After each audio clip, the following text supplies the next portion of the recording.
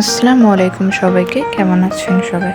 Welcome back to my YouTube channel শখ বিলাসের আজকের রেসিপিতে থাকছে কোরিয়ান স্পাইসি পটেটো মাশরুম।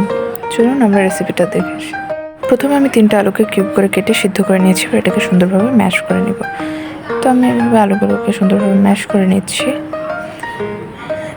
এবার এর মধ্যে আমি সামান্য লবণ দিয়ে দিব। এবার এটাকে আবারও ম্যাশ করে নেব। এবার এর মধ্যে অ্যাড করছি 2 চামচ কর্নফ্লাওয়ার। আপনারা চাইলে এটাতে আটা বা ময়দা ইউজ করতে পারেন। এবার আমি সুন্দরভাবে এটাকে ডো বানিয়ে নিচ্ছি।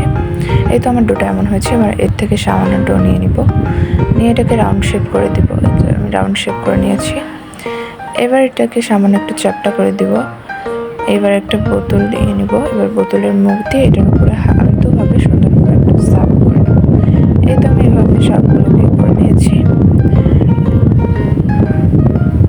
এবার আমি একটা কড়াইতে পানি গরম করে নিয়েছি সামান্য। এবার এর মধ্যে আগে থেকে পটেটো মাশরুমগুলোকে দিয়ে দিব। এবার আমি পটেটো মাশরুমগুলোকে একে একে সব দিয়ে দিচ্ছি এর মধ্যে। এটাকে অবশ্যই 1 থেকে 2 মিনিট জাল করবেন, বেশিক্ষণ এটাকে সিদ্ধ করবেন না।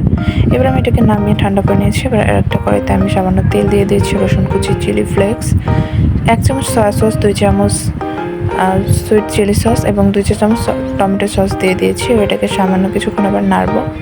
এটা কিছুক্ষণ নেড়ে নিয়ে আমি এর মধ্যে যে পটেটো মাশরুমগুলোকে বানিয়ে রেখেছিলাম সেগুলোকে দিয়ে দিচ্ছি। এবার এটাকে কিছুক্ষণ নামিয়ে নিব। এই তো কিছুক্ষণ নেড়ে চেড়ে এটাকে সুন্দরভাবে কিছুক্ষণ নেড়ে চেড়ে নিব। এবার এটাকে নামিয়ে সার্ভ করলে তৈরি হয়ে যাবে আমাদের কোরিয়ান স্পাইসি পটেটো মাশরুম। রেসিপিটা ভালো লাগলে একটা লাইক করবেন, কমেন্ট করবেন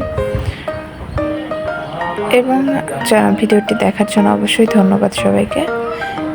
এবং নতুন নতুন ভিডিও পেতে আমাদের চ্যানেলটি অবশ্যই সাবস্ক্রাইব করবেন। আল্লাহ হাফিজ সবাইকে।